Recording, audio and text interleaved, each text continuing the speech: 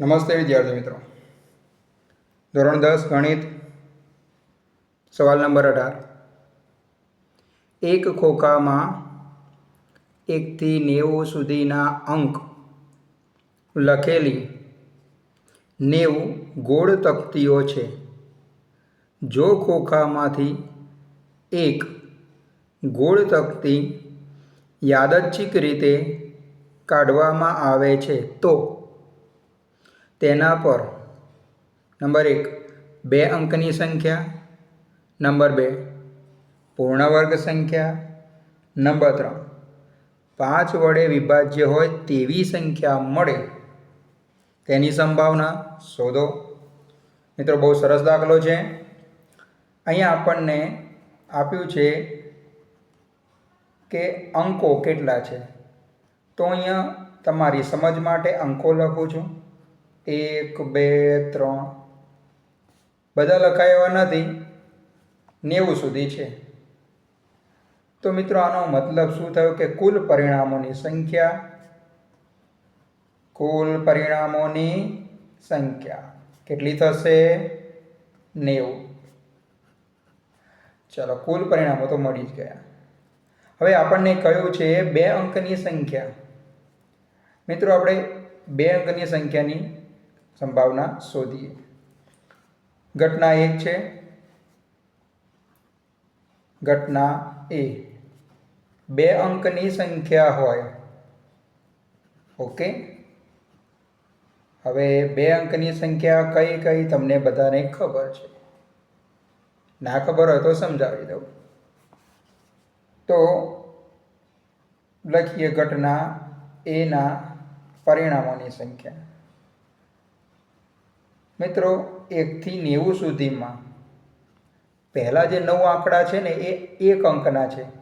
1 2 3 4 5 6 7 8 9 10 થી 2 અંકની સંખ્યાઓ શરૂ થાય છે. બરાબર છે. તો 10 થી માંડીને 90 સુધી કઈ કઈ સંખ્યાઓ આવશે? 2 અંકની. તો કેટલી થશે? 90 માંથી પહેલા 9 કાઢી નાખો. હા, 90 માંથી 9 કાઢીએ એટલે 81. તો મિત્રો, આપણને મળ્યા ઘટના એના પરિણામોની સંખ્યા. ચાલો, તો પછી આપણે શરૂઆત કરીએ સૂત્રથી. P of A બરાબર ઘટના એના પરિણામોની સંખ્યા. બરાબર છે ને? સૂત્ર તો પાકું થઈ જ ગયું હશે બધાને. હા, છેદમાં કુલ પરિણામોની સંખ્યા. ઓકે, ચલો, વેરી ગુડ. હવે આપણે એમાં ઘટના એના પરિણામો 81 અને કુલ પરિણામો 90 કિંમત મૂકી દઈએ. 81 છેદમાં 90. મિત્રો, આના છેદ ઉડશે તો ઉડાવીએ છેદ. 9 9 81, 9 દા 90. તો આપણને અંતિમ જવાબ મળ્યો 9/10. ઓકે વિદ્યાર્થી મિત્રો, ચાલો મિત્રો બીજી ઘટના જોઈએ. ઘટના બીમાં કહ્યું છે કે પૂર્ણ વર્ગ સંખ્યા હોય. કેવી હોય? પૂર્ણ વર્ગ. મિત્રો, પૂર્ણ વર્ગ સંખ્યાઓ કઈ ગઈ હું તમને લખીને સમજાવીશ. 1 નો વર્ગ 1, 2 નો વર્ગ 4, 3 નો વર્ગ 9, 4 નો વર્ગ 16, 5 નો વર્ગ 25, 6 નો વર્ગ 36, 7 નો વર્ગ 49, 8 નો વર્ગ 64 અને 9 નો વર્ગ 81. 10 નો વર્ગ 100 થાય, પણ આપણી પાસે અંકો કેટલા છે? 90 સુધી, એટલે આપણે 100 લેવાના નથી. તો મિત્રો, ઘટના બીના પરિણામોની સંખ્યા જોઈએ. ઘટના બીના પરિણામોની સંખ્યા. ચલો મિત્રો, સંખ્યા કેટલી થશે? 1 2 3 4 5 6 7 8 9. ઓકે, ચાલો સૂત્ર લખીએ અહીંયા. P of B બરાબર ઘટના બીના પરિણામોની સંખ્યા. ઓકે, ઘટના બીના પરિણામોની સંખ્યા છેદમાં કુલ પરિણામોની સંખ્યા.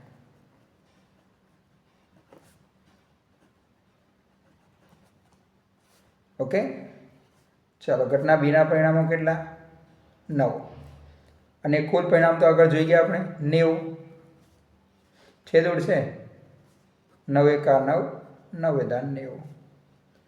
તો છેલ્લો અને ફાઇનલ જવાબ મળ્યો 1/10. ઓકે વિદ્યાર્થી મિત્રો ત્રીજી ઘટના લઈએ. ઘટના સી બરાબર 5 વડે વિભાજ્ય સંખ્યા હોય. હવે 5 વડે વિભાજ્ય એટલે કઈ 5, 5 ને 5 10, 10 ને 5 15, 5 5 ઉમેરતા જવાનું. 20, 25, 30, 35, 40, 45, 50, 55, 60, 65, 70,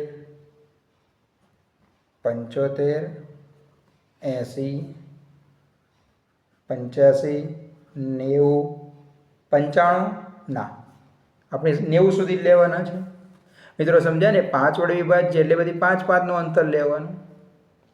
ઓકે, કેટલી થશે જુઓ તો? 1 2 3 4 5 6 7 8 9 10 11 12 13 14 15 16 17 18. આ સમજૂતી માટે છે, પરીક્ષામાં લખવાની કોઈ જરૂર નથી. ચલો ઘટના સીના પરિણામો લખીએ. ઘટના સીના પરિણામોની સંખ્યા.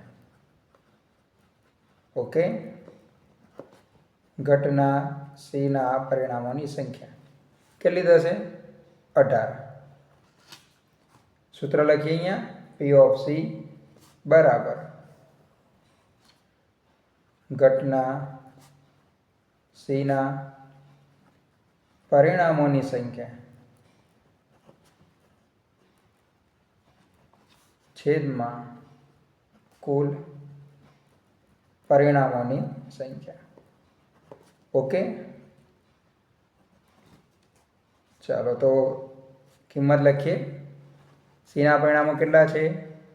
18. કુલ પરિણામો કેટલા છે? 90. છેદ ઉડશે ને મિત્રો? 18 એકા 18, 18 પંચા 90. તો ચલો ઘટના સીનો જવાબ શું મળ્યો? 1/5. ઓકે મિત્રો.